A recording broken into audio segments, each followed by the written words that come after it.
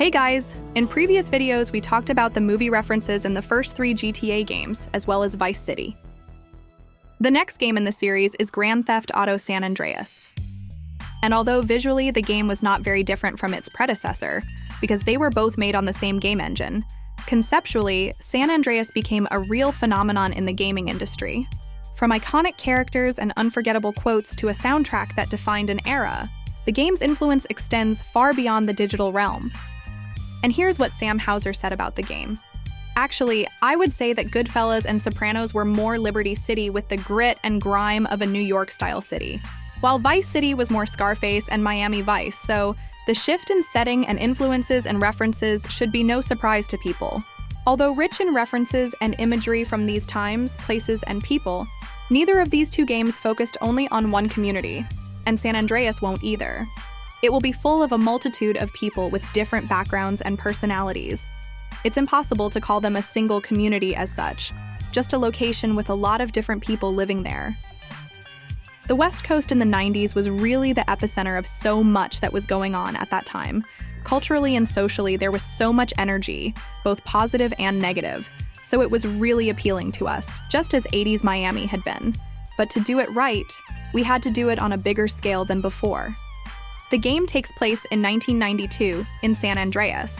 It was in 1992 that the Los Angeles riots, which are still considered the worst race riots in American history, occurred due to extremely high unemployment in South Central, hostility between street gangs, and complete police brutality against the black people. But the early 90s in Los Angeles also marked the birth of gangsta rap and the emergence of the new hood film genre in cinema. Early notable releases in the hood film genre include Colors and Do the Right Thing, and such films as Menace to Society and Boys in the Hood are considered classics of the genre. And the plot of GTA San Andreas is based on these films. The influence of these films can be seen in everything, from the color scheme to the game's theme, which is very similar to Ice Cube's Ghetto Bird, which played in the film Menace to Society.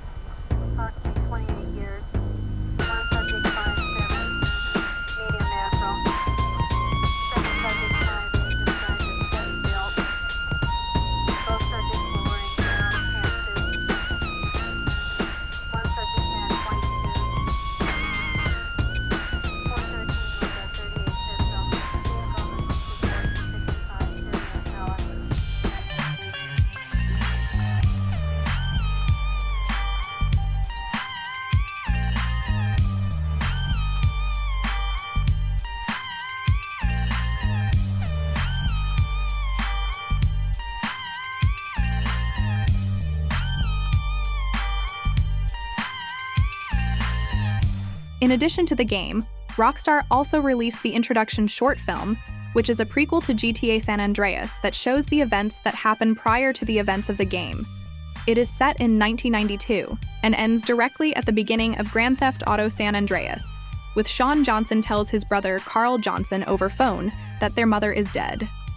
The scene with the Ballas gang and the green DeClass Sabre performing a drive-by shooting on the Johnson house is a clear reference to the final scene from Menace to Society. The game begins in 1992, with Carl Johnson returning to Los Santos after 5 years in Liberty City, where he went after the death of his younger brother Brian, for which Sean Johnson blamed him. On his way home, CJ is arrested by Frank Tenpenny, Eddie Pulaski, and Jimmy Hernandez, police officers from a corrupt LSPD unit called Crash. They steal his belongings and threaten to frame him for the murder of another officer, Ralph Pendlebury, unless he works for them. After a conversation in a police car, CJ is thrown off in an area controlled by the Ballas Street Gang. Since Carl represents the Grove Street families, the Ballas are his sworn enemies. And this is the first in-game reference to the film Menace to Society, where the protagonist is detained and beaten by cops, and then dumped in a Hispanic neighborhood, and the Hispanic gang members surprisingly take them to a hospital, rather than further beat them up as the police anticipated. This moment became the inspiration for Barrios Los Aztecas and their subsequent friendship with Grove Street families. CJ returns to Grove Street and reunites with his brother, Sean Sweet Johnson, sister Kendall Johnson, and members of his old gang, Melvin Harris, also known as Big Smoke, and Lance Wilson, also known as Ryder. Sweet Johnson is likely based on the iconic rapper Ice Cube. Kendall Johnson is obviously based on Ronnie from Menace to Society. They were both born and raised in South Central, and were eager to get out of the ghetto. They both also cared about the main characters. Although Ryder's appearance is clearly based on rapper Eazy-E, the character's prototype was AWAX. Besides the fact that they were played by the same rapper MC8, they were both friends of the protagonists, dealt drugs, were rude, and had a similar manner of speech. Hey, wake up, Nick. $3. Fool. I am the real deal, fool. Speaking of Big Smoke, this character was also voiced by one of the actors from the film Menace to Society, named Clifton Powell, who played Chauncey. Both Big Smoke and Chauncey were friends of the main characters, but later turned against them, and Big Smoke's appearance is a tribute to the rapper Notorious B.I.G. Carl Johnson was voiced by rapper Young Malay, and his image was inspired by another iconic rapper, Dr. Dre.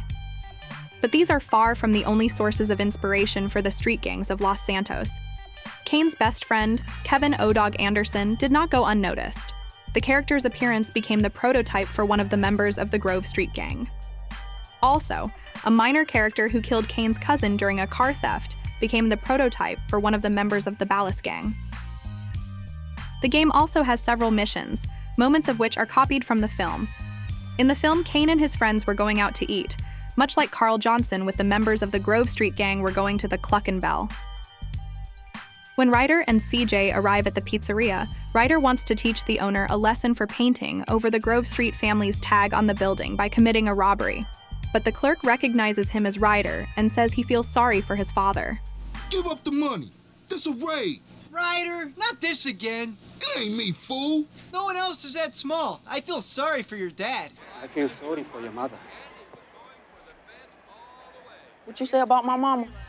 When Kane and O-Dog came to the grocery store, there was also a conflict between O-Dog and the store owner, which resulted in O-Dog killing the clerk and robbing him. Also, the scene with the game of dominoes is very similar to the scene from the movie. Give me 15, motherfucker. I'll write it down in a second. I ain't gonna pencil whip you, fat sucker. Let me play first. She and I'm out. Man, why the fuck y'all let this nigga win again? Man, fuck you, nigga. I won and I'm out. This scene could also be a reference to another movie, Boys and the Hood, but we'll talk about that movie a little later. Domino, motherfuckers. What you say about that? The next film that had a strong influence on the game's narrative is Colors. Unlike Menace to Society, which was mostly about life in South Central, Colors was about the rivalry between the Crips and Bloods gangs, on which the Grove Street families and the Ballas were based. There are many references to this film in San Andreas. During Beverly's funeral, members of the Grove Street families are attacked by the Ballas in a drive-by shooting, much like the Bloods were attacked by the Crips in the movie. Ballers, drive-by, incoming. Oh, motherfucker.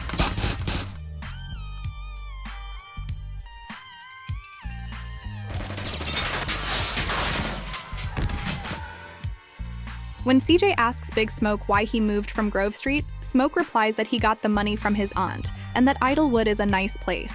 Hey, Smoke, tell me why you moved out the Grove. Man, got some money from my aunt. I mean, it's a nice place and all, but the Grove is in my heart, baby. It's where my dogs is at.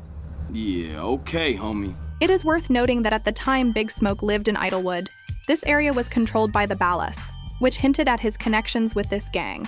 And he obviously got his money from selling drugs. In the Colors, 2 police officers arrested a gang member for drug distribution and found a wad of cash on him. When they asked him where he got the money, he replied that he got it from his aunt. Where'd you get this, T? My auntie. See, man, I'm just kicking it here, man. I'm just chilling out, man. What Pac-Man on me for? Boys in the Hood is another movie that Rockstar Games was inspired by when creating GTA San Andreas. The developers borrowed the atmosphere of that time from the film. In addition, some of the film's characters and their personalities became prototypes for the characters in the game. Thus, the appearance of Mad Dog's manager, Alan Crawford, is copied from the main character of the film named Trey. The film also involves Doughboy and Monster driving into the rival gang area and performing a drive-by shooting as revenge for their murdered brother, and in the same way, CJ, Sweet, and Ryder performing a drive-by shooting shortly after an ambush by the Ballas. Another scene involves the police officers, who had a supporting role in the film. The way they stopped the protagonist's car is similar to how the LSPD officers detained Carl Johnson. But the real prototype of officers Tenpenny, Pulaski, and Hernandez can be seen in the film Training Day. The script for the crime film is partly based on real events that happened in 1998 in the Los Angeles Police Department, called the Rampart Scandal. Tenpenny appears to be based on a real corrupt LAPD officer, Rafael Perez, who was the center of attention in the Rampart Scandal. Rafael Perez was an officer with the Community Resources Against Street Hoodlums Task Force. He was involved in numerous crimes and corruption, notably the shooting and framing of Javier Ovando, in addition to the theft and resale of cocaine from LAPD evidence lockers. Perez is also accused of being a member of the Bloods, a Los Angeles criminal gang, just like corrupt LSPD officer Frank Tenpenny, who was also a member of the Crash Unit, was associated with the Ballas gang, and participated in the distribution of drugs.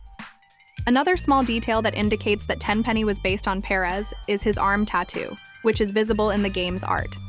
This is the emblem of the United States Marine Corps, and Rafael Perez was a veteran of the United States Marine Corps prior to joining the LAPD.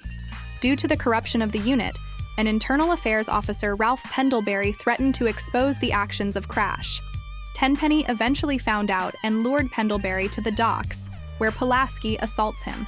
Pendlebury is eventually shot and killed by new Crash member Jimmy Hernandez after Tenpenny threatens him with his own death. I became a cop to put away drug dealers, the poisoners, the criminals, not to be one. Look, I'm a good cop. This ain't about being a good cop, Pippi. It's about taking control of the streets from the fucking savages who've got it now. Son, this is the game. I'm playing his ass. That's my job. That's your job. This is a game of percentages, 24/7, 365. We just trying to screw as many bad guys as we can. I watched that cocksucker operate with impunity for over 10 years, and now I got him. The shit's chess, it ain't checkers. Yeah, I know. That means letting some bad guys get away with things. And sometimes it means doing shit that you ain't proud of, because you're strong enough and smart enough to understand the bigger picture. Look, I know. Hernandez is based on Ethan Hawke's character, Jake Hoyt. Both are laughed at by their new mentor upon first meeting after describing a past event on the job. Domestic violence? Yeah, serious stuff, man. Yeah, I'm sure. It's amazing. It is. That you could be out there with a fine bitch for a year, and the most entertaining story that you can come up with to tell me is a drunk stop. Both hesitate to participate in corrupt actions, but are forced or threatened into doing so, and both share the initials JH. You know what? I don't want you in my unit. I don't want you in my division. Get the fuck out my car. Go back to the valley, rookie. You don't know shit. Get the fuck out of the car, Issy. In GTA San Andreas, there is a character named Jeffrey Cross, better known as OG Locke. Hey, man, it's OG Loke, homie. OG Loke. Jeffrey Cross is a friend of the Grove Street Gang, who, having no talent, dreams of making a career in rap. As a rap artist, Locke is terrible. Even his friends can't listen to him. I'm the man in the place. Punch you in the face. A gun in my waist. It's Loke, baby. Damn, man, this lyrics is horrible. That dude needs some work, man. Hell shit. Sweet advised him to leave the ghetto and attend college, but Jeffrey was set on becoming a rapper.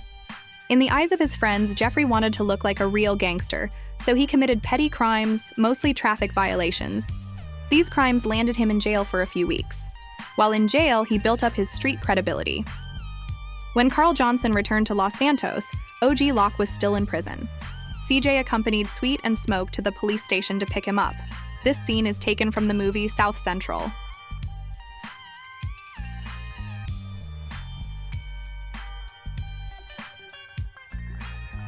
One day, OG Locke asks Carl to steal a rhyme book for him from the famous rapper Mad Dog.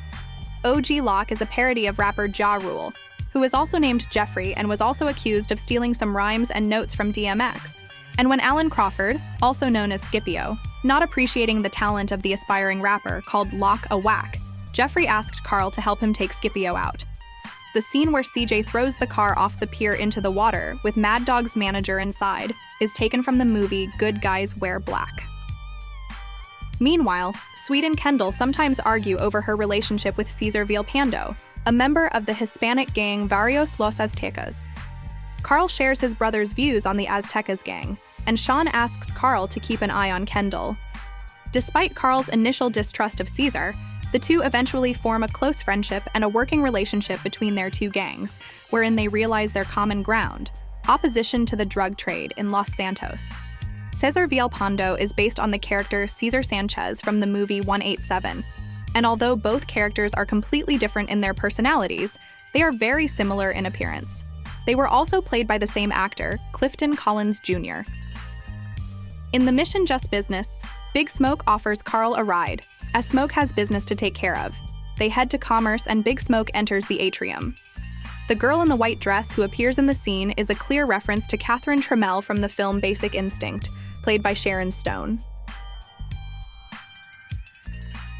At some point, a shootout begins between Smoke and the Russian mafia, after which Smoke and CJ get on a motorcycle and go off.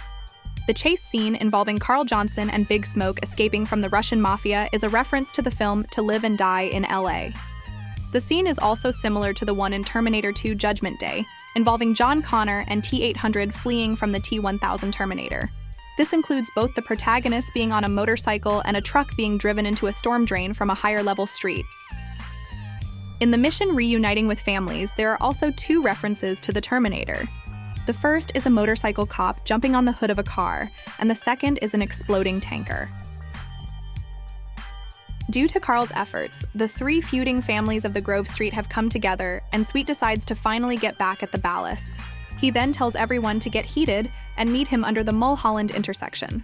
As Carl later discovers, the meeting place is a trap prepared by Big Smoke, Ryder, and some members of the Ballas, as well as officers Tenpenny and Pulaski, in order to kill Sweet, who was interfering with the drug trade in South Los Santos. After ordering Caesar to take Kendall to a safe place, Carl races over to the underside of the Mulholland intersection to prevent Sweet and the homies from being killed. Upon arriving, Carl sees a deadly shootout taking place. He also sees that Sweet has taken a hit. Carl shoots back at Ballas before the police arrive, causing the remaining Ballas and Grove Street families members to flee. Refusing to leave his wounded brother, Carl surrenders to the LSPD. This scene is inspired by the 1993 movie Blood In, Blood Out, in which Miklo and Paco, two members of the Chicano street gang Vados Locos, get into a shootout with a rival gang, and Miklo is wounded. And while the other two gang members flee the scene when the police arrive, Miklo and Paco are arrested in a similar way to CJ and Sweet. Both brothers are arrested, with Sweet taken to a prison hospital upstate, and Carl taken to Angel Pine in Whetstone by Tenpenny and Pulaski. Tenpenny explains to Carl that if he does not cooperate with them, Sweet will find himself in the Ballas block getting in touch with his feminine side. And Angel Pine is very similar to the City of Hope in Washington, from which John Rambo escapes in the movie First Blood. One day, Carl finds a stoned Frank Tenpenny in a motel room. Tenpenny then introduces Carl to his drug dealer, The Truth. The Truth is a parody of Wyatt from the film Easy Rider. Both characters were played by Peter Fonda. The Truth owns a camper van with the license plate EREHTTUO. The license plate of the Truth's van is a mirror of the phrase out there. This fact, along with the character's nickname, The Truth, is a reference to the television series The X-Files, whose tagline was, "The truth is out there." Once, The Truth calls Carl and whispers that they need to meet in his village, but believing that people are listening to them, The Truth loudly says, "I don't know you, I don't know you, prank caller, prank caller." Whoa, man, I don't know you, prank caller, prank caller. This is a clear reference to the words of drug dealer Lance from the movie Pulp Fiction. Are you talking to me on a cellular phone? I don't know you. Who is this? Don't come here. I'm hanging up the phone. Prank caller, prank caller. In Angel Pine, CJ also meets Caesar's cousin, Catalina. Together, they take part in several heists, all of which are inspired by Bonnie and Clyde. Caesar and Kendall also move to Angel Pine to lay low for a while, and Caesar invites CJ to race in Red County to earn some money. During the race, CJ meets its organizer, Woozy Moo. Subsequently, CJ and Woozy Moo became very close friends, and the appearance and blindness of Woozy Moo is possibly copied from Keanu Reeves' Neo from the movie The Matrix Revolutions. Carl also competes in a race against Catalina's new boyfriend Claude, winning the deed to a garage in Doherty, San Fierro. After parting ways with Catalina, who leaves for Liberty City with Claude, CJ returns to The Truth, who informs him that the marijuana supply for Tenpenny is ready. After they get rid of the evidence, CJ and The Truth drive to a garage in San Fierro with the drugs. And while in San Fierro, CJ helped Woozy Moo with some matters, and once even saved a number of Asian refugees being trafficked into the United States to be sold for slavery. much as Frank Martin does during the film The Transporter.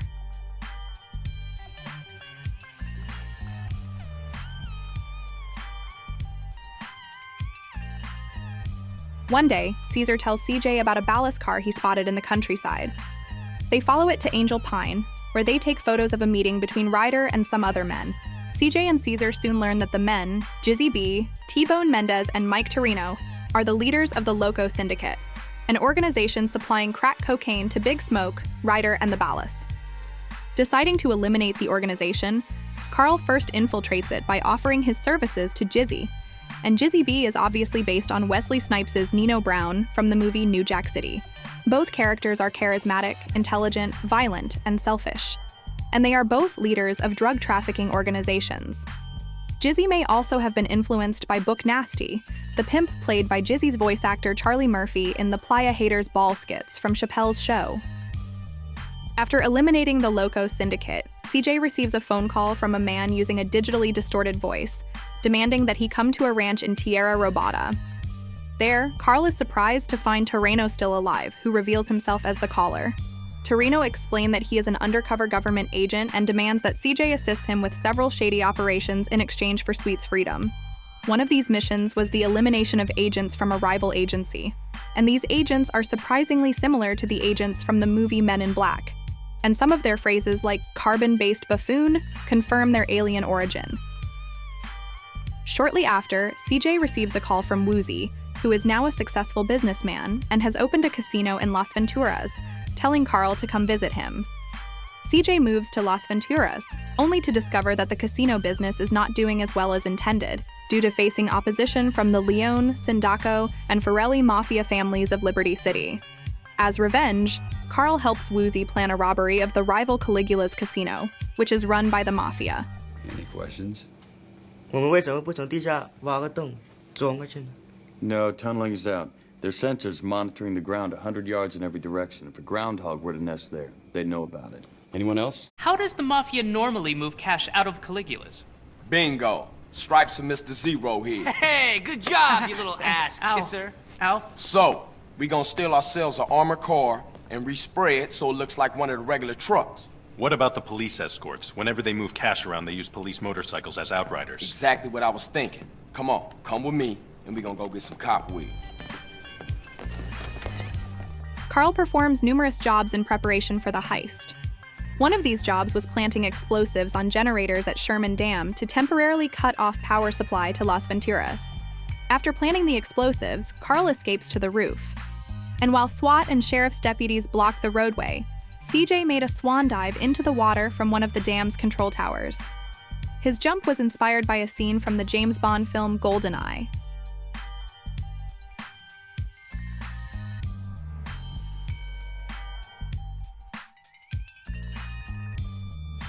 The heist preparation mission, in which CJ needs to steal an armored van using a helicopter with a magnet, is inspired by the movie You Only Live Twice. Another reference to James Bond is the protagonist's parachute, which is copied from 007's parachute from the movie Moonraker. Later, Carl receives a call from The Truth. He tells Carl that apparently he, a band, and their manager went on a peyote safari in the desert a few nights earlier. He tells Carl that he has woken up in Los Santos not knowing how he got there, and he doesn't know what happened to the others. So he asks Carl to travel to Arco del Oeste and make sure they are still alive. The Don Peyote mission is a reference to the film The Doors, in which a band under the influence of the peyote spent several days in the desert. Bringing the group to Caligula's casino, CJ meets Paul's old friend Ken Rosenberg, who works at the casino as a manager.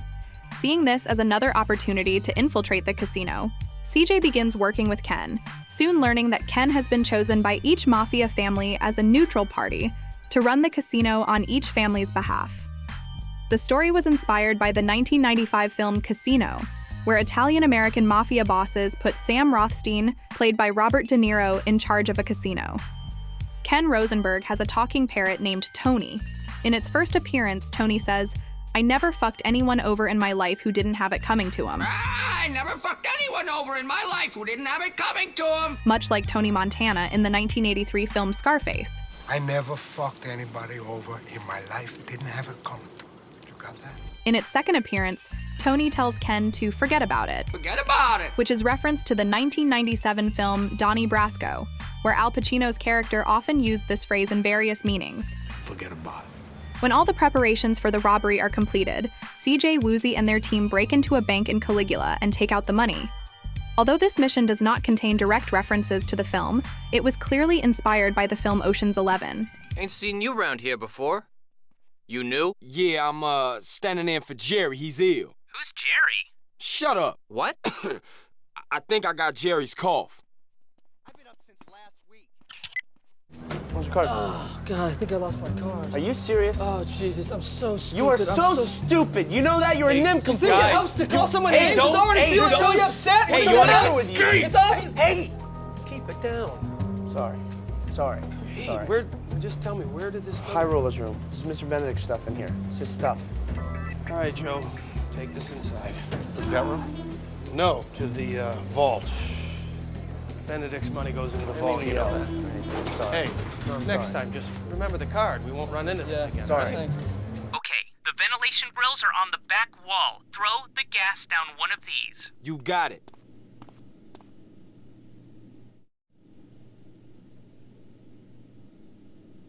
I'm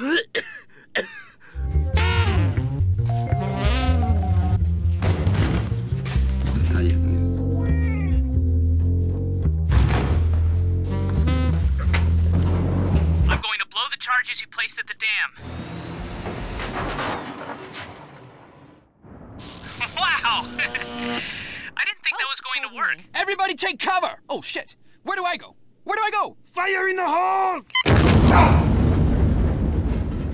Okay, people, load up the cash.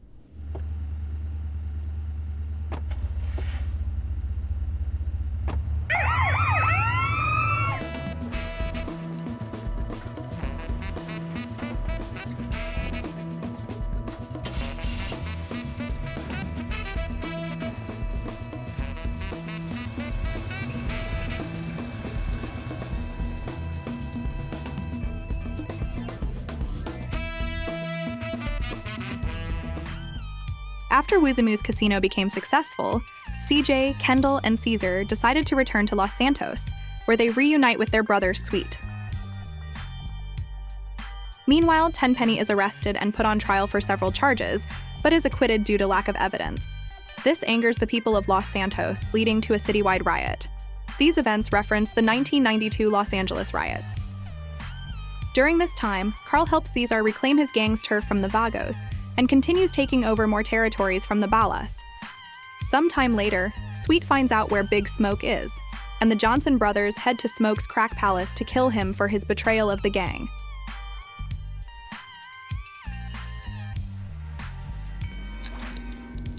Hey, Smoke!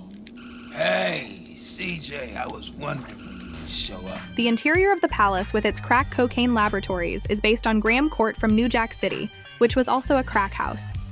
After CJ kills Big Smoke, Frank Tenpenny enters the apartment and takes Melvin's share of the drug money. Carl, you motherfucking piece of shit gang-banging cocksucker!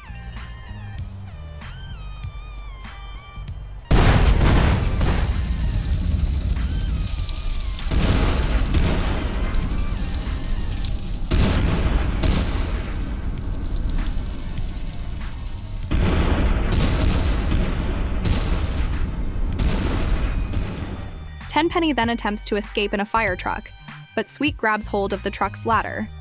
Carl follows them in a car and manages to catch Sweet when he loses his grip.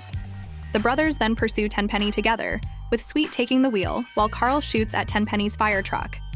This entire scene is inspired by a scene from the movie Con Air, in which the main character, played by Nicolas Cage, was chasing the antagonist who was trying to escape in a stolen fire truck.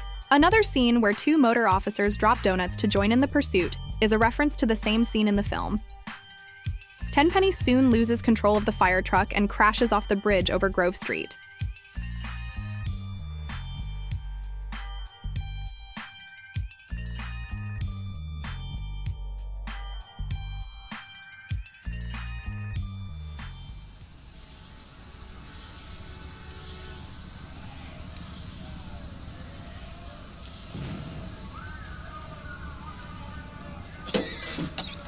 Come on! Fuck you all! You're mine! Mine! I run this town! You motherfuckers will be playing basketball in Pelican Bay when I get finished with you. Shoot program, nigga. 23-hour lockdown. I'm the man up in this piece.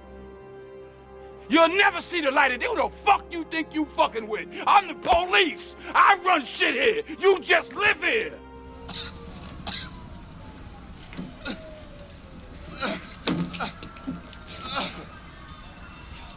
Assholes. You never understood what I did. 50 of me, and this town would be okay. I took the trash out. I did. And I do it all again. Don't do it, man. He's gone.